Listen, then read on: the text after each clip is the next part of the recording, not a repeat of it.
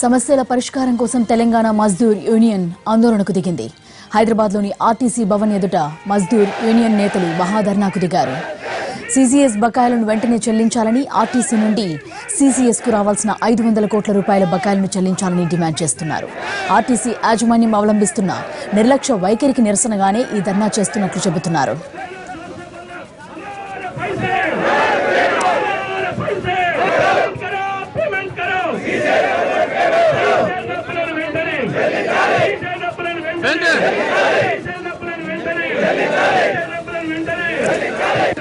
సమస్యల పరిష్కారం కోసం తెలంగాణ మజ్దూర్ యూనియన్ ఆందోళనకు దిగింది. హైదరాబాద్లోని ఆర్టీసీ భవన్ ఎదుట మజ్దూర్ యూనియన్ నేతలు మహాధర్నాకు దిగారు. సీసీఎస్ బకాయిలను వెంటనే చెల్లించాలని, ఆర్టీసీ నుండి సీసీఎస్కు రావాల్సిన 500 కోట్ల రూపాయల బకాయిలను చెల్లించాలని డిమాండ్ చేస్తున్నారు. ఆర్టీసీ యాజమాన్యం అవలంబిస్తున్న నిర్లక్ష్య వైఖరికి నిరసనగానే ధర్నా చేస్తున్నట్లు చెబుతున్నారు నాయకులు. కార్మికులు, ఉద్యోగులు పెద్ద సంఖ్యలో ఈ మహాధర్నాలో పాల్గొన్నారు.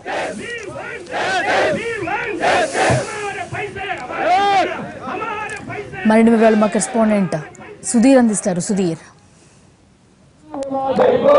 తెలంగాణ ఆర్టీసీ కార్మికులకు సీసీఎస్ డబ్బులు దాదాపు 500 కోట్ల రూపాయలను యాజమాన్యం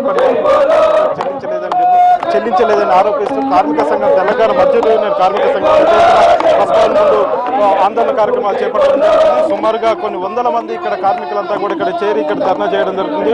సంస్థ ఇటీవల కాలంలో చాలా వరకు కార్మిక వ్యతిరేక విధానాలు పాల్పడుతుందని చెప్పేసి ఆరోపిస్తూ ధర్నాలు చేయడం జరుగుతుంది. గతంలోనే జీతాలు కావచ్చు, అదేవిధంగా ఇతర బకాయిలు చెల్లించడం కూడా చాలా నిర్లక్ష్యం వహించింది. ప్రతిరోజు ఖచ్చితంగా మొదటి వారం పడాల్సిన కార్మికులకు జీతాలు పడకుండా దాదాపు 2 వారాల పాటు కూడా జీతాలు కార్మికులు ఆరోపించడం జరిగింది. ఈ నేపథ్యంలోనే సుమారుగా 500 కోట్ల రూపాయల సీసీఎస్ డబ్బులను చెల్లించాలని చెప్పేసి ఈ రోజు చేపట్టడం జరిగింది.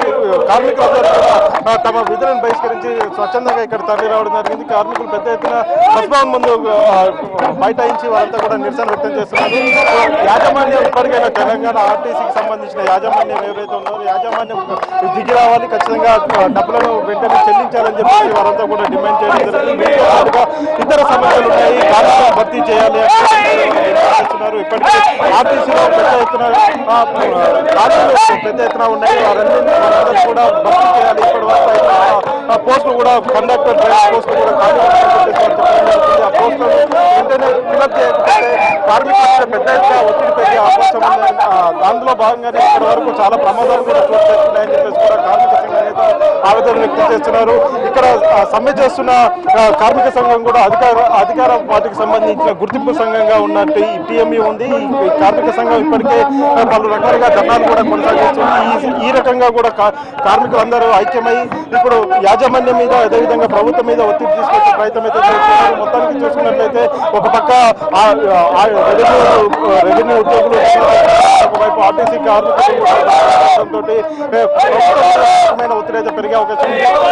సంబంధించిన అధ్యక్షుడు పాటుగా ఉన్నారు, టీఎంఏ అధ్యక్షుడు థామస్ రెడ్డి గారు, వారిని అడిగి తెలుసుకునే ప్రయత్నం చేద్దాం. సార్ చెప్పండి, మీ డిమాండ్ ఏంటి, ఎందుకోసం మీరు ధర్నా చేస్తున్నారు, ఏం చెప్తుంది యాజమాన్యం? మేనేజ్మెంట్ సీసీఎస్ అనేది కోఆపరేటివ్ సొసైటీ, దానికి సంబంధించిన టోటల్ డబ్బులన్నీ కూడా 540 కోట్లను ఈ రోజు వరకు వాడుకోవడం జరిగింది. 2018కి సంబంధించిన అమౌంట్ అంతా కూడా వాళ్ళ దగ్గరే ఉంది. ఇప్పటికి 5 నెలలు జాప్యం అవుతా ఉన్నది. దీనివల్ల సొసైటీ అనేది కంప్లీట్గా లాస్లోకి పోయింది. పైసలు ఇంట్రెస్ట్ పోకపోవడం వలన 45 కోట్లు లాస్ కూడా రావడం జరిగింది.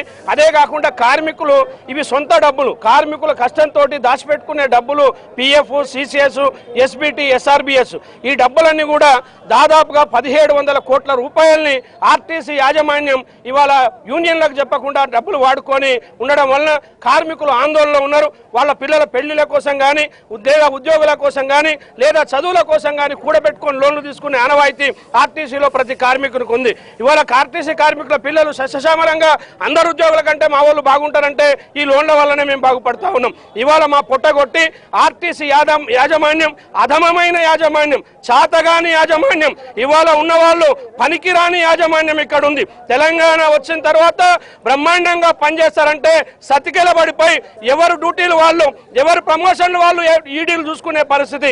ఇవాళ ఒకే ఒక ఈడీ ఉన్నాడు. ఆ ఈడీకే EDA, EDO, EDE, ED medical, ED board, ఇట్లా ఆయనకే అన్ని పదవులు ఇచ్చి ఇవాళ పేపర్లలో వచ్చినా కానీ ఆయననే కంటిన్యూ చేస్తా ఉన్నారు. ఇది మరి అసలు ప్రభుత్వం చూస్తలేదా? ప్రభుత్వం గొడ్డుపోయిందా? లేక ఆర్టీసీ యాజమాన్యాన్ని చూసుకునే నాదులు లేడా? ఇవాళ మరి ప్రమాణ స్వీకారం చేసిండ్రు మినిస్టర్ గారు. మేము వారికి సవినయంగా మేము విజ్ఞప్తి చేస్తా ఉన్నాం. ఆర్టీసీ కార్మికులకి మీరు పట్టించుకోండి. రవాణా మంత్రిగా మా బస్సు భవన్కి రావాల్సిన అవసరం ఉంది. ఇక్కడ 52,000 కార్మికుల ఆర్తనాదాలను మీరు గమనించండి. మా డబ్బులన్నీ కూడా వాడుకొని ఇవాళ 1,700 కోట్ల రూపాయలంటే మామూలు కాదు. ఎన్ని ప్రాజెక్టులకైనా పెట్టొచ్చు.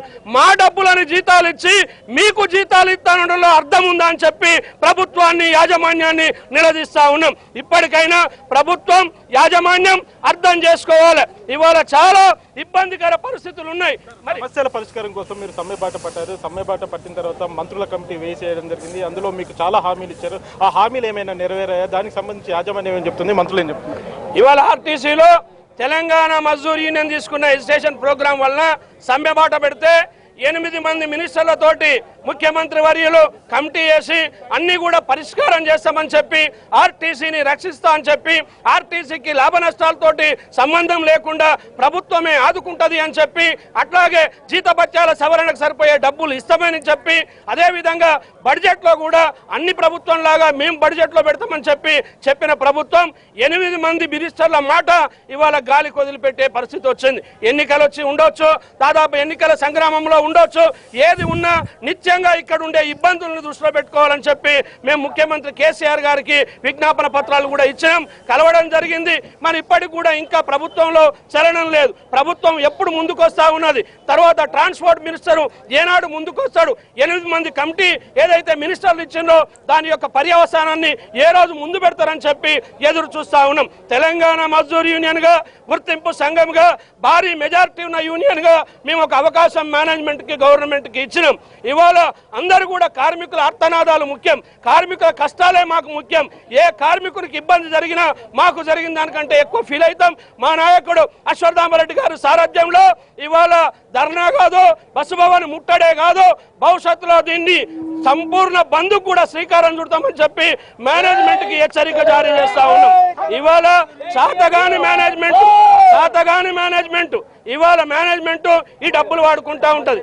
మొన్న 23వ తారీఖు నాడు సిసిఎస్ కాన్ఫరెన్స్ జరిగింది సిరిసిల్లలో జరిగిన కాన్ఫరెన్స్ లో ఇప్పుడున్నటువంటి మరి సిసిఎస్ వైస్ చైర్మన్ ఏదైతే RTC ED executive director Ravinder గారు ఎవరైతే ఉన్నారో 100 కోట్ల రూపాయలని నేను ఇస్తా అని చెప్పి మాట తప్పిండు. 100 కోట్లు ఇస్తా అన్నటువంటి ఈడీ గారు ఎక్కడికి పారిపోయిందని అడుగుతా ఉన్నాం. 100 కోట్లు ఎక్కడికి పోయినాయి, ఎందుకు ఇవ్వలేదని చెప్పి అంటా ఉన్నాం. అంటే ఇవాళ ఆర్టీసీ యాజమాన్యం ధర్నాలు చేస్తే, ఇవాళ ఇబ్బంది పెడితే డబ్బులు ఇస్తా అని చెప్పి బుకాయించి మళ్ళీ ఎగగొట్టే పరిస్థితికి వచ్చింది. కాబట్టి చూస్తూ ఊరుకోవడానికి తెలంగాణ మజ్దూర్ యూనియన్ గా మేము సిద్ధంగా లేం. ఇవాళ ఆర్టీసీ కార్మికుల సమస్యల పరిష్కారం అయ్యేంత వరకు టీఎంయూ ఖచ్చితంగా పోరాటం చేస్తుందని చెప్పేసి కార్మిక సంఘాలు గట్టిగా చెప్పడం జరుగుతుంది. జ్యోతి, థ్యాంక్ యూ సుధీర్.